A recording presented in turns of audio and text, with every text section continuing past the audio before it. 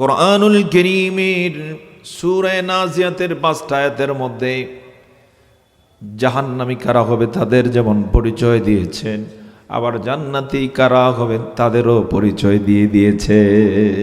সুবহানাল্লাহ। সরাসরি আমরা আলোচনায় যাই।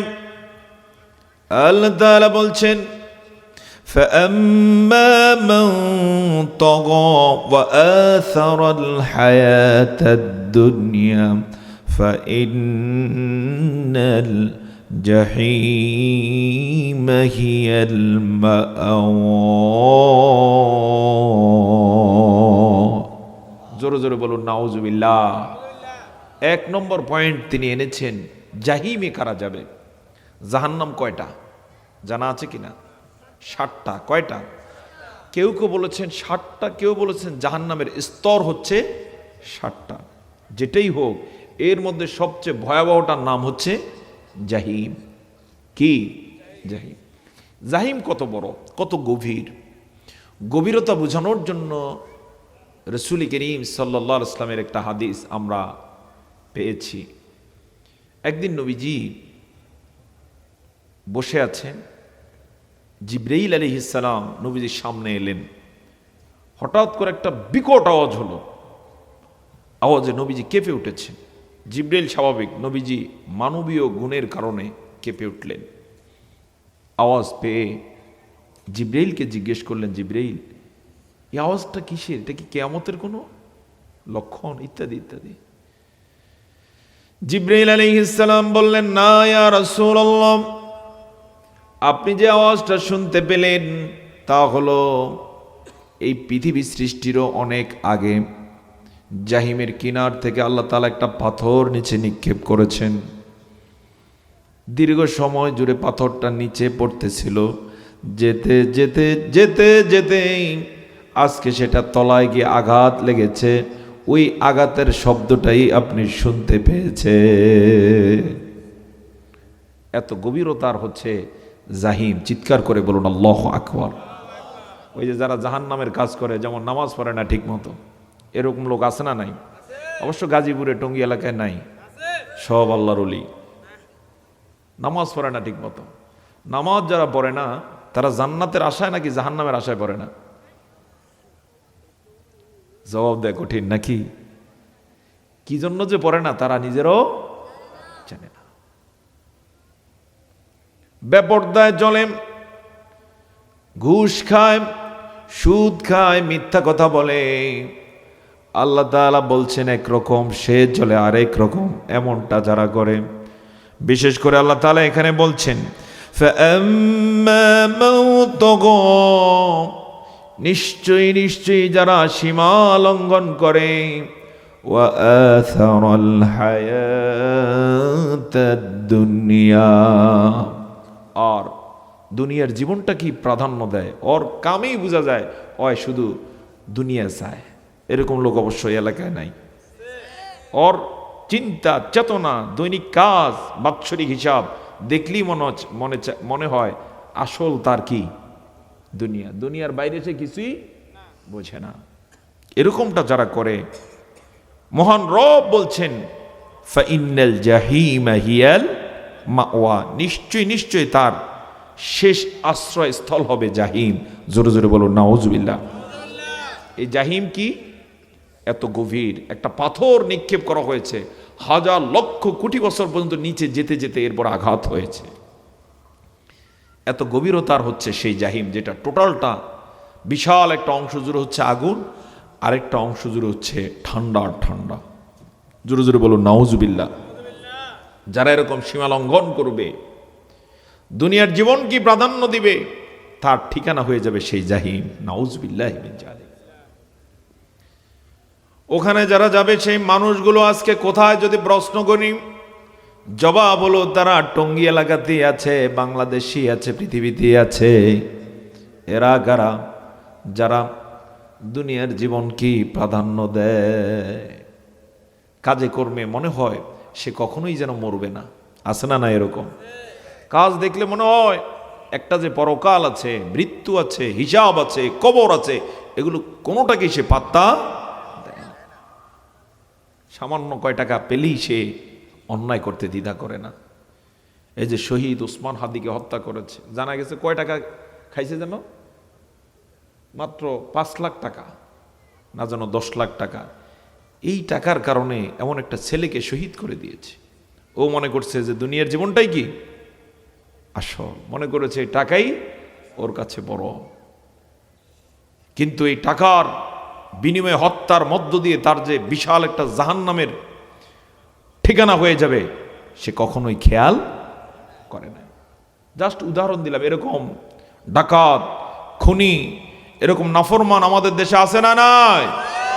এর কারণ হচ্ছে তারা জানেন আল্লাহ কি বলে রেখেছে। নিশ্চয়ই নিশ্চয়ই যে ব্যক্তি সীমা লঙ্ঘন করবে। এই বিষয়ে আরেকটু খোলাসা করতে চাই। আল্লাহ তাআলা বিভিন্ন সীমা দিয়ে রেখেছেন কোরআনুল কারীমের মাধ্যমে। তিনি বলে রেখেছেন কোনটা হালাল, কোনটা হারাম, কোনটার সীমানা কি, আছে নাকি নাই? আসতে বলবেন না, আছে নাকি নাই? আল্লাহ তাআলা আমাদেরকে বলছেন তোমরা খাও, তবে সব কিছু খাওয়া যাবে না। আল্লাহ তাআলা বলেছেন তোমরা কথা বলো, কিন্তু সব কথা বলা যাবে না। আল্লাহ তাআলা দেখার জন্য চোখ দিয়েছেন, কিন্তু সব কিছু দেখা যায় যাচ্ছেনি। পরনারী যতই সুন্দরী হোক দেখা যায় যাচ্ছেনি, পরপুরুষ যতই সুন্দর হোক দেখা নারীর জন্য যায় যাচ্ছেনি। এখানে কি আছে? সীমা আছে, কি আছে? কিন্তু যেই ব্যক্তি সেই সীমা লঙ্ঘন করবে, লঙ্ঘন করার পেছনে একটাই কারণ, সে দুনিয়াটাকে গুরুত্ব দেয়, সাময়িক স্ট্যাটাসকে সে গুরুত্ব দেয়। আল্লাহ তাআলা বলে দিয়েছেন এমনটা যে করবে, নিশ্চয়ই নিশ্চয়ই তার শেষ ঠিকানা হয়ে যাবে জাহিম। ঠিকানা কি হয়ে যাবে? জাহিম। এবার একটা ধরা দেই, খুব চরম মনে হতে পারে কিন্তু বাস্তব। আমাদের দেশে ইসলাম ছাড়া রাজনীতি করেন যারা, বলেন তো পরকালের জন্য না দুনিয়ার জন্য? বুঝে শুনে জবাব দিন, কারণ এই জবাবের মধ্যে অনেক কিছু লুকায়িত আছে। ইসলাম ছাড়া রাজনীতি করেন যারা, তাদের উদ্দেশ্য কি দুনিয়া না আখেরাত? হ্যাঁ, তার মানে হচ্ছে তারা দুনিয়ার জীবনকে কি দিলেন? প্রাধান্য দিলেন। প্রাধান্য দেওয়ার কারণে তারা ইসলাম ছাড়া রাজনীতি করেন। বরং এমনও ডাকাত, এমনও জালেম আছে, আমরা ছোটবেলায় বলতে শুনতাম ইসলামে কোনো রাজনীতি নাই। আপনারা শুনছেন কিনা কখনো এরকম বলতে? বলছে ওই লোক যে সূরা ফাতেও পারে না, আছে না না এরকম? তার মানে হচ্ছে দুনিয়াকে সে রিসিভ করতে করতে, গ্রহণ করতে করতে এত ডাকাতে পরিণত হয়েছে, সর্বশেষে ইসলামের বিরুদ্ধে পর্যন্ত কি কথা বলতে দ্বিধা করে নাই। ইসলামের রাজনীতি আছে না নাই? এত আস্তে, ইসলামের রাজনীতি আছে না নাই? রাসূল করিম সাল্লাল্লাহু আলাইহি ওয়াসাল্লামের জীবনীতে রাজনীতি আছে না নাই? রাজনীতির তিনি হলেন জনক। জোরে জোরে বলুন না সুবহানাল্লাহ। কেমন নীতি, এমন নেতা তিনি। নিজের ঘরে খাবার নাই, কিন্তু মানুষের খাবার কিভাবে পৌঁছে দেয়া যায় তার জন্য ব্যতিব্যস্ত থাকতেন। সুবহানাল্লাহ বলবো না? নিজের চুলায় আগুন জ্বলতো না, কিন্তু ঘোষণা দিয়েছেন আমার এই মদিনাতে যত ইয়েতিম রয়েছে, বিধবা রয়েছে, সবার দায়িত্ব আমার। আল্লাহু আকবার বলবো না? সবার দায়িত্ব কার? তার। এবং শুধু মুখে বলেন না, সেটা কি প্রমাণ করেছে। এমন সফল তিনি, তার ইন্তেকালের পরে দায়িত্ব গ্রহণ করলেন হযরতে আবু বকর। তিনিও নবীজির মতোই দায়িত্ব পালন করে গেছেন। জোরে বলুন সুবহানাল্লাহ। তারপরে হলেন ওমর। ইসলামের আগে কথার কথা হাত চলতো, তার কি চলতো? হাত। কত কঠিন স্বভাবের অধিকারী হলে পরে নবীজিকে মারতে আসতেছিল, ইসলাম গ্রহণের পরে নবীজির খাদেম হয়ে গেলেন। যখন খলিফা হলেন, শুধু মদিনা নয়, সমগ্র মুসলিম জাহানের রাষ্ট্রনায়ক তিনি হয়ে গেলেন। যখন তার স্ত্রী খেয়াল করলেন খাবার দাবারের বিষয়ে তার কোনো গুরুত্ব নাই, প্রজাদের দুঃখ দুর্দশা দেখার জন্য দিন নাই রাত নাই বের হয়ে যা। একবার কয়েকদিন পর্যন্ত ভালো কোনো খাবার গ্রহণ করেন, আনলো সরাই দেন। স্ত্রী বললেন আপনার স্বাস্থ্য তো নষ্ট হয়ে যাচ্ছে। বললেন আমি তো আমার প্রজাদের সবার জন্য ভালো খাবার ব্যবস্থা করতে পারি না, আমি খাবো কেন? সুবহানাল্লাহ বলবেন না? শুধু এটাই নয়, ইতিহাসে পাওয়া যায় তার স্ত্রী একবার নিজের সম্পদ থেকে, নিজের গচ্ছিত টাকা থেকে নিজে বাজারে গেছেন। ওমর কিনে না কোনো ভালো খাবার, নিজে গোশত কিনে আনলেন। ওমরকে বললেন যে এটা আপনার টাকা মনে করিয়েন না, আমার টাকা দিয়ে আনছি। তিনি তখন চোখের পানি ছেড়ে দিয়ে বলেন, আমি অনেক কি খাবারের ব্যবস্থা করতে পারি না, আমিও সিদ্ধান্ত নিয়েছি যতদিন সবার জন্য ভালো খাবারের ব্যবস্থা হবে না আমিও খাবো না, সরে আনাও। সুবহানাল্লাহ বলবেন না? দুনিয়াকে প্রাধান্য দিয়েছেন না আখেরাতকে? আর সামান্য নেতা কোনো মতে যদি একটা চেয়ার পেয়ে যায়, মানুষ খেতে পারলো আর না পারলো নিজের আখের গোছায়, এরকম ডাকাত আছে না নাই? এই কারণে দেশের বয়স হয়ে গেছে প্রায় 55 বছর, দেশের কোনো পরিবর্তন হয় নাই। পরিবর্তন হয়েছে নেতার। ছিল রিক্সাওয়ালা, কিন্তু সে এখন গাড়ি হাঁকে চলে। ছিল মৎস্যজীবী, কি বলি আমরা তাদেরকে, জেলে, সে মন্ত্রী হয়েছে। টাকা যা ছিল 100 গুণ 200 250 500 গুণ বেশি হয়েছে। যেগুলো লেখা যায়, বাদ বাকি যেগুলো লেখা যায় না কি অবস্থা হয়েছে আল্লাহ ছাড়া কেউ জানে না। তো আমার বন্ধুগণ, এর একমাত্র কেবলমাত্র কারণ হলো তারা রাজনীতি করেছে আল্লাহর জন্য না নিজের জন্য, পরকালকে সামনে রেখে না দুনিয়ার লোভে। এমনটা যারা করবে, এই আয়াত দিয়ে দলিল দিয়ে যায়, নিশ্চয়ই নিশ্চয়ই তার শেষ ঠিকানা হয়ে যাবে জাহিম। জোরে বলুন নাউজুবিল্লাহ। তার মানে হচ্ছে আল্লাহ ছাড়া, দিন ছাড়া, ইসলাম ছাড়া রাজনীতি করলে ঠিকানা কি হয়ে যাবে? জাহিম হয়ে যাবে। খুব সাবধান, কথাগুলো আস্তে আস্তে সুন্দর করে বলে যায়, কোরআন দিয়ে দলিল দিয়ে যায়। যদি সম্ভব হয় আমল করবেন, কিসমত খুলে যাবে, সম্মান বাড়িয়ে দিবেন কে? পক্ষান্তরে এত সুন্দর করে আল্লাহ বলে রাখার পরও যদি এভাবেই চলতে থাকে, তাহলে শেষ ঠিকানা কি হয়ে যাবে? জাহিম হয়ে যাবে। আমার বন্ধুগণ, দুনিয়াকে প্রাধান্য দেয় আরো এরকম দলিল কি আছে? অসংখ্য দলিল। সন্তান কখনো দেখবেন এক জায়গায় কবর হয় না, সিস্টেম নাই। কেউ কোথায় মারা যায় জানাও যায় না, কার কোথায় দাফন হবে কোনো নিশ্চয়তা নাই। এই যে আলাদা শুরু, এরপরের সামনে রয়েছে হাসরের ময়দান, যেখানে উঠতে হবে আমাদের সকলকে একা একা, খালি গায়ে খালি পায়ে। সেখানে হিসাব নিকাশের প্রচণ্ড চাপের কারণে কেউ কাউকে পরিচয়ও দিবে না। দিবেনি কোনো পরিচয়, কেউ কাউকে পরিচয় দিবে না। সেদিন বাবা সন্তানের পরিচয় নিবে না, দিবে না। ভাই ভাইয়ের থেকে ভেগে যাবে, স্বামী স্ত্রীর পরিচয় দিবে না। অবস্থাটা কেমন হবে আল্লাহ তাআলা বলছেন, ইয়াউমা ইয়াফিরুল মারউ মিন আখিহি ওয়া উম্মিহি ওয়া আবিহি ওয়া সাহিবাতিহি ওয়া বানিহি লিকুল্লি ইমরিইম মিনহুম ইয়াউমাইযিন শা'নুন ইউগনিহি।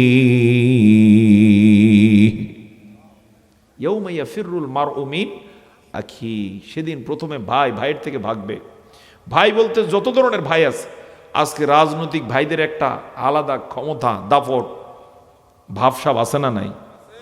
এ অমুক দল করে, দলের বাইরে কেউ কিছু বলছে, সাথে সাথে অ্যাকশন, আছে না নাই? সেদিন দলের ভাই দূরের কথা, নিজের ভাইকেও নিজে কি দিবে না, পরিচয় দিবে না, পালাবে। ইয়াফিরু, পালিয়ে যাবে। অবস্থা কত ব্যাগতিক খেয়াল করুন। ও উম্মিহি, 2 নম্বরে ভাইয়ের পরে সবচেয়ে বেশি আপনজন যিনি হন তিনি কে? মা। এই মায়ের থেকেও পালাবে। আল্লাহ তাআলা সিরিয়াল দেখুন, আমরা সিরিয়াল কেমন করি, আল্লাহ তিনি কি সিরিয়াল করেছে। 3 নম্বরে ও আবিহি, পালাবে বাবার থেকে। 4 নম্বরের সিরিয়াল হচ্ছে ও সাহিবাতি, স্ত্রী, স্ত্রী থেকেও কি পালাবে। 5 নম্বর হচ্ছে ও বানিহি, সন্তান থেকে পালাবে। কেন? লিকুল্লি ইমরিইম মিনহুম ইয়াউমাইযিন শা'নুন ইউগনি। কোরআন থেকে কোট করছি। প্রত্যেকে সেদিন নিজেকে নিয়ে ব্যতিব্যস্ত থাকবে, যে অবস্থা কেমন যেন হয়ে যায়, জাহিমে যেন যাওয়া না লাগে। চিৎকার করে বলুন আল্লাহু আকবার। আমার বন্ধুগণ, এরপর পরে আল্লাহ তাআলা জান্নাতি যারা হবেন তাদের পরিচয়টা কেমন, বিনিময়ে কি তিনি তাদেরকে দিবেন বর্ণনা দিচ্ছেন। ওয়া আম্মা মান খাফা মাকাম রাব্বিহি ওয়া নাহান নাফসা আনিল হাওয়া। ওয়া আম্মা মান খাফা, যে ব্যক্তি ভয় পায়, ভয় করেন মাকাম রাব্বিহি, যে একদিন রবের সামনে দাঁড়াতে হবে। আমাদেরকে আল্লাহর সামনে দাঁড়ানো লাগবে নাকি লাগবে না? আমাদের রব কে? একটু জবান ছেড়ে কোনো রব কে? তার সামনে একদিন দাঁড়াতে হবে, একা একা দাঁড়াতে হবে। সেদিন আর কেউ আমার সাথে থাকবে না। যেমনি ভাবে একা এসেছিলাম তেমনি একা দুনিয়ার জীবন থেকে বিদায় নিয়ে একদিন তার সামনে দাঁড়াতে হবে। এই ভয় যার মধ্যে কাজ করবে, মাকাম রব্বি, রবের সামনে দাঁড়িয়ে দাঁড়িয়ে সব হিসাব দিতে হবে। কি ভালো কাজ করছে এটাও তিনি দেখবেন, খারাপ কাজ যদি হয়ে যায় আল্লাহ তাআলা সেটাও দেখবেন নাকি দেখবেন না, ধরবেন নাকি ধরবেন না। এই ভয় যার থাকবে, মাকাম রব্বি, রবের সামনে দাঁড়ানোর ভয়ে, ওয়ানাহান নাফসা আনিল হাওয়া, এই কারণে তার নফসকে সে নিয়ন্ত্রণ করবে। নফস সবসময় ভালোটা চায় না খারাপটা চায়? নফসে মন কি চায়? সবসময় খারাপটাই চায়, এটাই তার কাছে টেস্ট লাগে। হারাম খাইতে তার মন চায়। রাস্তা দিয়ে মহিলারা হাঁটতেছে, একটু দেখতে তার কি মন চায়। চোখ একবার দেখছে, এরপরে ফিরিয়ে আনা মহিলাদের দিক থেকে সহজ না কঠিন? চেক করে দেখবেন, কঠিন। মহিলা মানুষ পরপুরুষকে দেখছে, চোখ ফিরিয়ে আনা কি কঠিন। তো কিন্তু যারা আল্লাহকে ভয় করেন তার সামনে দাঁড়াতে হবে, তারা এই কঠিন কাজটা কি সহজ করে নেন। জোরে জোরে বলুন না সুবহানাল্লাহ। আল্লাহ তাআলা তাৎক্ষণিক তার প্রতি খুশি হয়ে যান। পরনারীর থেকে চোখ ফিরিয়ে আনতে পারলে আল্লাহ তাআলা এত খুশি হন, গোটা পৃথিবীর চেয়ে বেশি সম্মান তার জন্য আল্লাহ বরাদ্দ দিয়ে দেন। আল্লাহ তাআলা জান্নাতের মধ্যে যে হুর গেলমান রেখেছেন তারা তখন খুশি হয়ে যায়। যেখানে আল্লাহ খুশি হয়ে যান তার সৃষ্টিও তার প্রতি কি হয়ে যায়? খুশি হয়ে যায়। হাদিসে এসেছে, কোন পুরুষ কিংবা নারী, পরপুরুষ অথবা নারীর দিকে যদি ভুলে কোনো নজর পড়ে যায়, ফিরিয়ে আনার সাথে সাথে আল্লাহ তাআলা তার হৃদয়ের মধ্যে একটা নূর তৈরি করে দেয়। কি তৈরি হয়ে যায়? নূর। আল্লাহ তাআলা এখানে বলছেন ওয়ানাহান নাফসা আনিল হাওয়া, তার নফসকে নিয়ন্ত্রণ করেন। বিনিময়ে ফাইনাল জান্নাতা হিয়াল মাআওয়া, তার জন্য তিনি জান্নাতকে শেষ ঠিকানা বানিয়ে দিবেন। ঠিকানা হয়ে যাবে কি? ফাইনাল জান্নাতা হিয়াল মাওয়া। একটু জিকির করি, লা ইলাহা ইল্লাল্লাহ।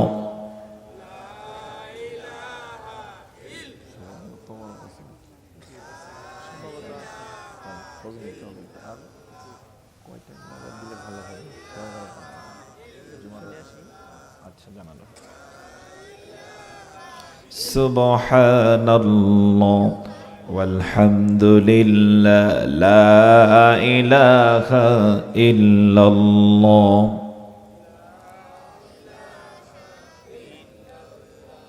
যে ব্যক্তি ওয়া আম্মা মান খাফা মাকাম রাব্বিহি, রবের সামনে দাঁড়াতে হবে, এই ভয় লালন করবেন যিনি, নিজের নফসকে নিয়ন্ত্রণ করবেন যিনি, আল্লাহ তাআলা তার প্রতি এত খুশি হয়ে যাবেন, জান্নাতটাই তার শেষ ঠিকানা বানিয়ে দিবে, যেখানে একবার ঢুকলে আর কোনোদিন বের হওয়া লাগবে না, বের হবে না। আল্লাহ তাআলা এই কথাটাকে যেন আরো কোট করলেন, নিজেই তাফসীর করলেন। কোরআনুল কারীমের সূরা কাহফের মধ্যে তিনি বলেন, ইন্নাল্লাযীনা আমানু ওয়া আমিলুস সালিহাতি কানাত লাহুম জান্নাতুল ফিরদাউসি নুজুলা খালিদিনা ফিহা লা ইয়াবগুনা আনহা হিওয়ালা। নিশ্চয়ই নিশ্চয়ই যারা ঈমান আনবে, ঈমান আনতে কার প্রতি? আসতে বলবেন না, কার প্রতি? তাকে যারা বিশ্বাস করবে। ওয়ানাহান নাফসা আনিল হাওয়া, কুপ্রবৃত্তি থেকে যেমন বিরত থাকে, ওখানে তিনি বলছেন ওয়ামিরুস সলিহাত, সৎ কাজগুলো যারা করে যাবে, ঈমান যারা আনবে, ওয়ামিরুস সলিহাত, এবং সৎ কাজগুলো যারা করে যাবে, এতটুকু যারা করতে পারবে তাদের আপ্যায়নের জন্য আল্লাহ তাআলা ছোট মোটো কোনো জান্নাত নয়, জান্নাতুল ফেরদাউসটাই তিনি রেখে দিয়েছে। কানাত লাহুম জান্নাতুল ফেরদাউসি নুজুলা, সেই জান্নাতুল ফেরদাউসে আপ্যায়ন হবে। চিৎকার করে বলুন সুবহানাল্লাহ। এটা কিছুটা বোঝার জন্য বলছি। যেমন আপনাদের কেউ একজন এমপির জন্য রাত দিন খেটে কাজ করছেন, সে যদি মন্ত্রী হয়, আপনার জন্য তার একটা জায়গা, তার বাসায়, তার চেম্বারে আছে না নাই? কি একটা আলাদা, কি এটা স্মরণ হইলেও পাগলের মতো কাজ করতে থাকে, আছে না না এরকম? এইটা সে মন্ত্রী হতেও পারে, নাও হতে পারে। আবার মানুষ তো চেহারা ফিরাইতে বেশি সময় লাগে না। কিন্তু কোনো মতে যদি আপনি আল্লাহর প্রতি ঈমান রেখে সৎ কাজ করে যেতে পারেন, তাহলে অন্য কোনো মন্ত্রী এমপি নয়, আল্লাহ তাআলা আপনার আপ্যায়নের জন্য জান্নাতুল ফেরদাউসটাই রেখে দিয়েছেন। যে জান্নাতের চাবুক রাখার জায়গাটা ওই পৃথিবীর চেয়ে অনেক দামি হবে। আরে মানুষ যদি ভালো করে কোরআনের এই মেসেজগুলো পেত, আমি বিশ্বাস করি পাগলের মতো জান্নাত লাভের জন্য কাজ করে যেত। সাহাবায়ে কেরাম যেমনটা করেছেন। যে একজন সাহাবী বদর যুদ্ধের দিনে নবীজি বক্তব্য দিলেন বিরতিতে, যুদ্ধ চলমান, বিরতি এলো, বিরতিতে বক্তব্য দিলেন যে আল্লাহর জান্নাত এত কাছে, সেখানে এই এই নাজ নেয়ামত আছে। একজন সাহাবী তিনি খেজুর খাচ্ছিলেন, সুবহানাল্লাহ। যখন শুনলেন যে জান্নাত এত দামি হবে, সেখানে নাজ নেয়ামত এত উন্নত হবে, তার হাতের খেজুরগুলো সব ফেলে দিলেন। মুখে যেটা ছিল এটা বললেন পাখ পাখ, ফেলে দিয়ে বললেন যেখানে আল্লাহর জান্নাত এত দামি, আমি খেজুর খেয়ে সময় নষ্ট করব কেন?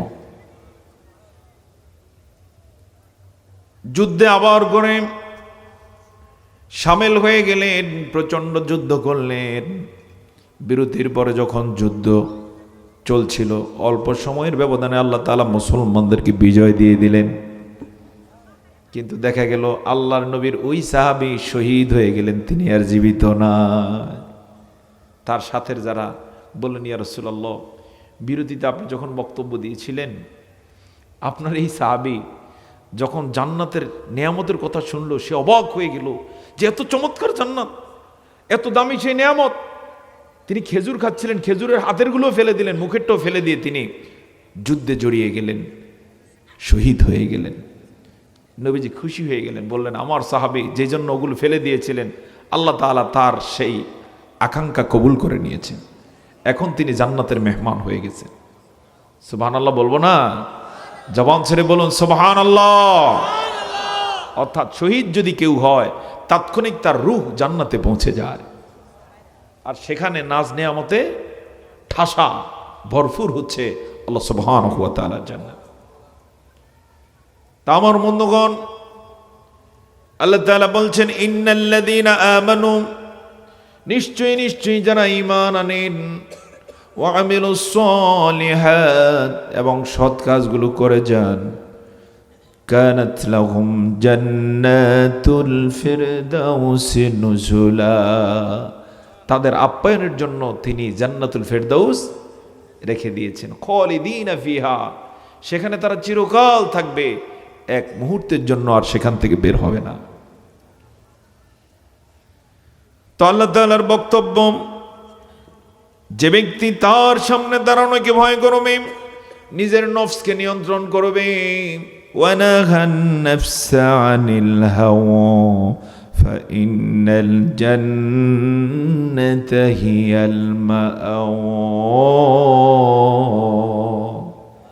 এমনটা যে আল্লাহর জন্য স্যাক্রিফাইস করবে, আল্লাহ তাআলা তার আপ্যায়নের জন্য জান্নাত রেখে দিয়েছেন।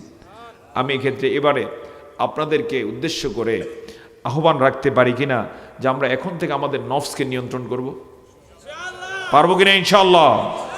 নিয়ন্ত্রণ করার অন্যতম বিষয় হবে আল্লাহ যা বলছেন তা মেনে চলবো। আল্লাহ যা বলছেন মেনে চলবো। রাজি আছে কিনা? ইনশাআল্লাহ। আল্লাহ তাআলা বলেন, মা আতাকুমুর রাসূল ফাখুযুহু ওয়া মা নাহাকুম আনহু ফান্তাহু। রাসূল তোমাদের জন্য যা নিয়ে এসেছেন রিসিভ করো, গ্রহণ করো, শক্ত করে ধরো, আর যেগুলো থেকে রাসূল বিরত থাকতে বলছেন বিরত থাকো। আমরা রাজি আছি কিনা? ইনশাআল্লাহ। এর মধ্যে অন্যতম হলো আল্লাহ তাআলা দিয়েছেন কোরআন। কি দিয়েছেন? ধরতে রাজি আছে কিনা? ইনশাআল্লাহ। কোরআন মানতে রাজি আছে কিনা? ইনশাআল্লাহ। কোরআনের জন্য নিজেরা সময় শ্রম ব্যয় করতে রাজি আছি কারা কারা? হাত তুলে আল্লাহকে দেখান। লিল্লাহে তাকবীর, নারে তাকবীর। আল্লাহ তাআলা কবুল করুন। সকলে বলে আল্লাহুম্মা আমিন। নফসটাকে একটু নিয়ন্ত্রণ করুন। এই যে সামনে রমাদান আসতেছে, এই রমাদানে অনেকে খেয়ানত করে, আছে না নাই? কি জাতীয় খেয়ানত? আল্লাহ তাআলা রোজা ফরজ করেছেন কিন্তু সে রোজা রাখে না। অবশ্যই এরকম লোক টঙ্গী এলাকায় নেই। রমাদান আসতেছে, যে রমাদানকে কেন্দ্র করে কবরবাসীর মাঝে আনন্দের বন্যা বয়ে যায়, কিন্তু কারো কারো জন্য দুনিয়াতে রমজান আসতেছে না যেন কিয়ামত আসতেছে। বাস্তব নাকি অবাস্তব? তার কাছে কি মনে হয়? কিয়ামত মনে হয়। যে বিড়িটা তো ঠিক মতো দিনের বেলা টানতে পারবো না, চায়ের দোকানে তো সকালবেলা বসতে পারবো না, এরকম একটা কি টেনশন কাজ করে। আবার কিছু চায়ের দোকানদাররা অনেক চালাক, রমজান মাসে 1 তারিখ থেকে কালো পর্দা টানিয়ে দেয়, আছে না নাই? আবার এটার মধ্যে কারা যাতায়াত করে যেন না দেখা যায়, জন্য পর্দা ভালো করেই টানায়। তবে অবস্থা এত বেগতিক যে নিজে দিয়ে ঠ্যাং ঠিকই দেখা যায়, আছে না নাই? কি দেখা যায়? ঠ্যাং দেখা যায়। ওরা আল্লাহকে মনে করে এরকম যে কালো পর্দা টানায় দিলে বুঝি আল্লাহ তাআলা আর দেখেন না। আল্লাহ তাআলা দেখেন না কি দেখেন না? যারা রমাদানের রোজা রাখে না, খুদ পিপাসা যারা লোভ সামলাতে পারে না, আদালতে আখিরাতে আল্লাহ তাআলা তাদেরকে খেতে দিবেন ফুস। কি দিবেন? ফুস, পচা রক্ত। বিশেষ করে জাহান্নামীদেরকে জ্বালানো হবে, সেখানে যে পচা দুর্গন্ধযুক্ত রক্ত, ফুস, এগুলো তাদেরকে আল্লাহ তাআলা খেতে দিবেন, যে খা। তাদের প্রতি আল্লাহ নাখোশ থাকার কারণে এগুলোই তাদের খাবার হয়ে যাবে। চিৎকার করে বলুন নাউজুবিল্লাহ। কোন প্রেক্ষাপটে দেওয়া হবে? নবী করিম সাল্লাল্লাহু আলাইহি ওয়াসাল্লামকে আল্লাহ তাআলা জানিয়েছেন, জাহান্নামীরা জাহান্নামে যাওয়ার পরে শত শত বছর জুড়ে কান্নাকাটি করতে থাকবে একটু পানির জন্য। মাঝে মাঝে আকাশে মেঘের মতো দেখা যাবে। তারা মনে করবে দুনিয়ার বৃষ্টি যেভাবে মেঘ হওয়ার পরে আসতো, এগুলোও মনে হয় তেমন। কিন্তু তাদের ধারণা ভুল প্রমাণ করে ওই মেঘ থেকে বৃষ্টি না পড়ে সাপ বিচ্ছু পড়বে। ওগুলো পড়ার কারণে বিপদ আরো বেশি, কামড়াবে, সমানে কিলবিল করতে থাকবে। এভাবে বারবার তাদের আশা ভঙ্গ হয়ে যাবে।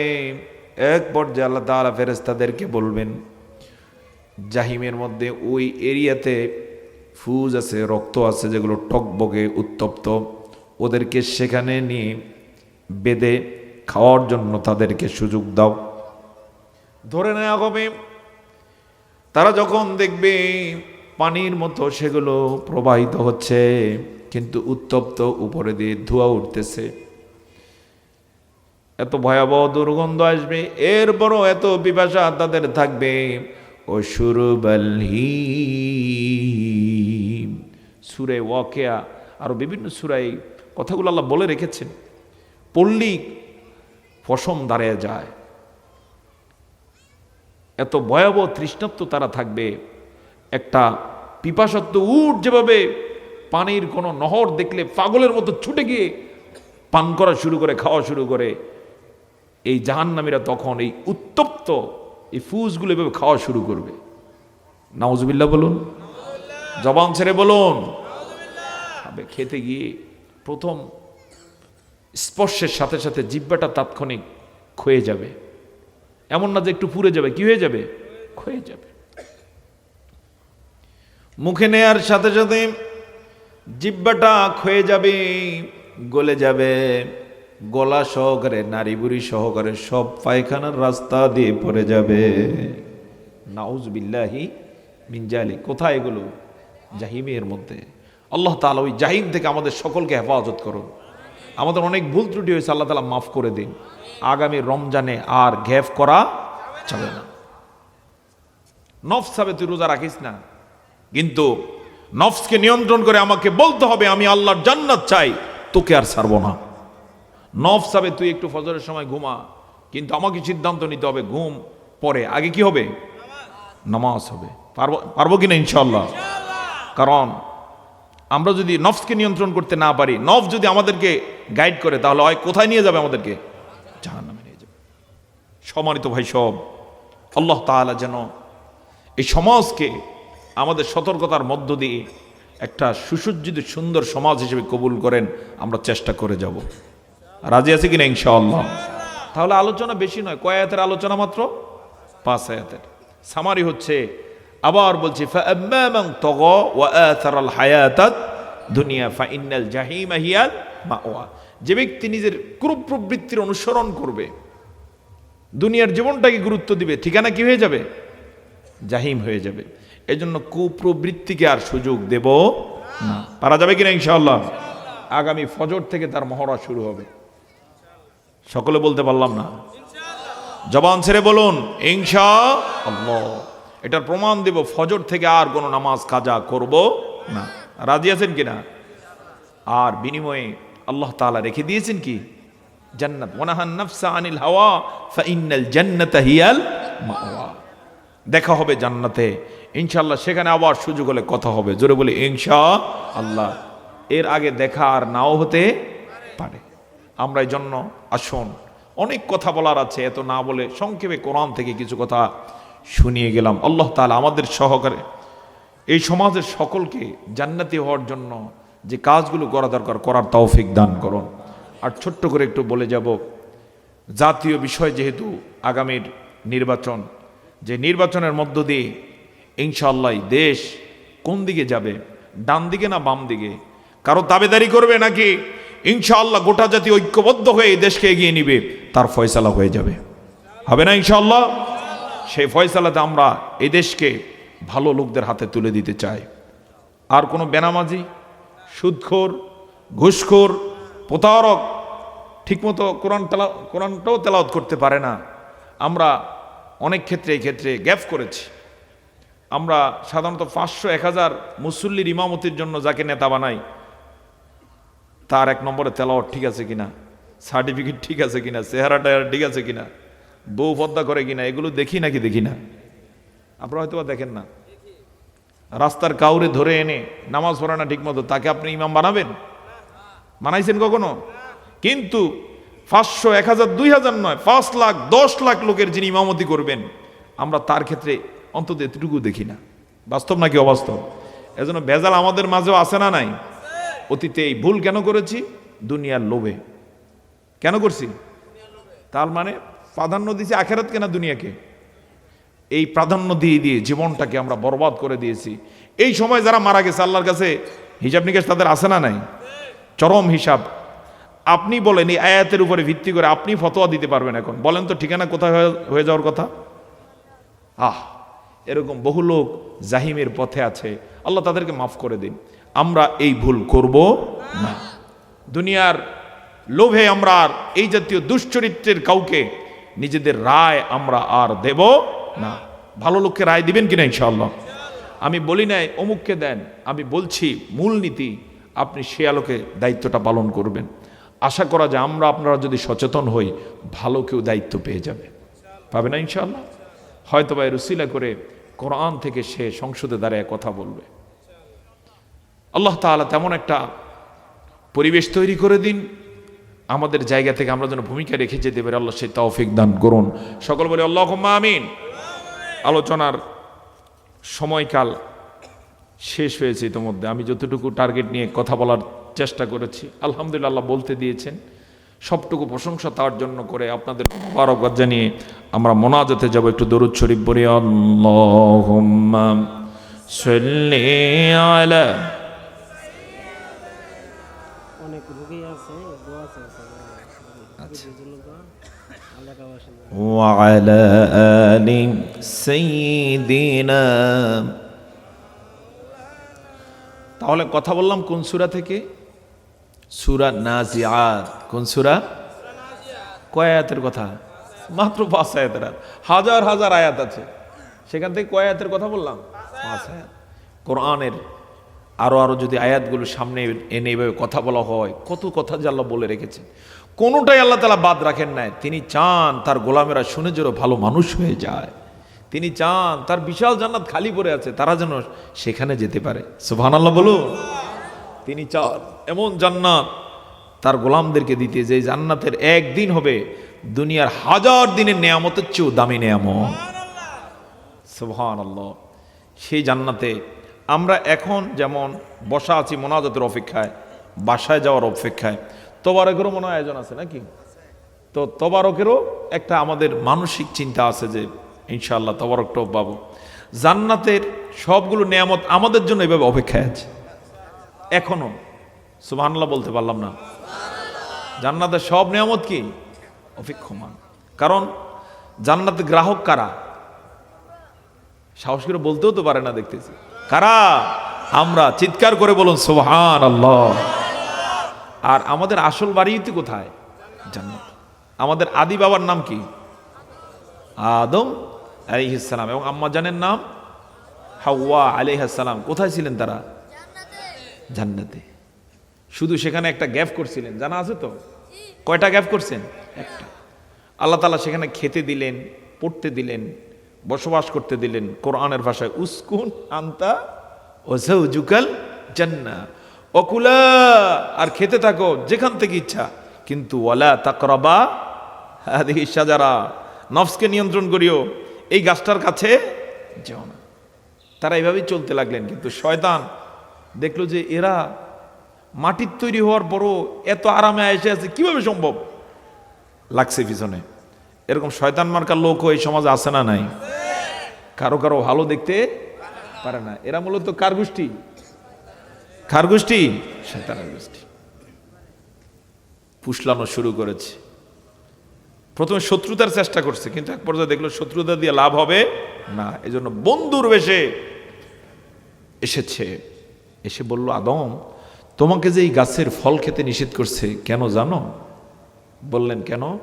বললেন এই যে জান্নাতের এত নাজ নেয়ামত, এই নাজ নেয়ামত তুমি যেন চিরস্থায়ীভাবে না পাও, এটা খালি চিরস্থায়ী থাকতে পারবা, এজন্য আল্লাহ তাআলা নিষেধ করছে। সুবহানাল্লাহ নাকি নাউজুবিল্লাহ? কথাটা সত্য বলছে না উল্টা বলছে? সত্য না উল্টা? উল্টা বলেছে। এরকম বহুদিন ফুসলানোর পরে ওই যে বিড়ি সিগারেট খাওয়ায় যেভাবে, ভালো ঘরের সন্তান যার বাবা কখনো বিড়ি খায় না, সিগারেট খায় না, সে এমন দোস্তের সাথে চলে যে বিড়িও খায় সিগারেটও খায়। তো প্রথম দিকে তারা খাওয়াইতে পারে না, প্রথমে সাথে সাথে রাখে, কয় এই তুই একটু দূরে যাব, হ্যাঁ, ইত্যাদি ইত্যাদি। কয়েকদিন পর কয় যে আঙুল লগিব, এরপর একটু টাইনে দেখ, সময়ের ব্যবধানে দেখা যায় সেও কি হয়ে যায়? বিড়িখোর হয়। বিড়িখোর যারা, তাদের গল্প আর কি এরকম যে আমিও তো খাইতাম না, এখন আমার অভ্যাস হয়ে গেছে। এর কাহিনী হচ্ছে এভাবে খাওয়াইছে। তো শয়তান এই সিস্টেমেই আদম আলাইহিস সালামের কাছে কাছে যেতে যেতে সর্বশেষ খাওয়াই দিল। খাবারের সাথে সাথে কোরআনে আল্লাহ তাআলা এই বিষয়ে কথা বলেছেন। কি হয়েছে? যখনই খেলেন আদম আলাইহিস সালাম দেখলেন তার গায়ে ছিল নূরের পোশাক। আমাদের হাওয়ার গায়েও কি পোশাক ছিল? নূরের পোশাক। পোশাক অটো খুলে গেল। নাউজুবিল্লাহ বলুন। অটো খুলে পোশাক যদি গায়ে না থাকে তাহলে মানুষটা কেমন হয়? এমন হয়ে গেলেন। আস্তাগফিরুল্লাহ। তাৎক্ষণিক আদম আলাইহিস সালাম লজ্জিত হয়ে গেলেন, গাছের পাতা ছিঁড়ে লজ্জা ঢাকার চেষ্টা করলেন। এই দৃশ্য প্রকাশ পাওয়ার সাথে সাথে দেখলেন যে শয়তান এতদিন পর্যন্ত সাথে সাথে থাকে, একটু চটকনা খেয়ে দূরে গিয়ে হাততালি দেওয়া শুরু করেছে আর আনন্দে হাসতেছে। কারো বিপদে যদি কেউ হাসে তখন সে যে আসলে দুশমন বোঝা যায় নাকি যায় না? আদম ক্লিয়ার হয়ে গেল, হয়তো বন্ধু নয় কি দুষ্ট ভয়াবহ দুশ্মন। আদম আলাইহিস সালাতু ওয়াস সালাম তাৎক্ষণিক আল্লাহর কাছে তওবা করলেন, যে তওবার কথা কোরআনে কোট করেছেন, যেটা আমরা সব সময় পড়ি। আদম আলাইহিস সালাম দোয়া করতে লাগলেন, রব্বানা যালামনা আনফুসানা ওয়া ইল্লাম তাগফির লানা ওয়া তারহামনা লানাকুনান্না মিনাল খাসিরিন।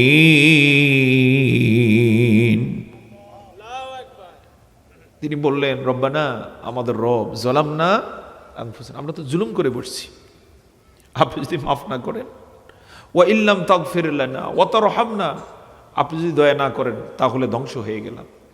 তাহলে যারা যুগে যুগে ধ্বংস হয়েছে আমি তাদের অন্তর্ভুক্ত হয়ে গেলাম, আমরা তাদের অন্তর্ভুক্ত হয়ে গেলাম। আল্লাহ তাআলা তওবা কবুল করলেন। তবে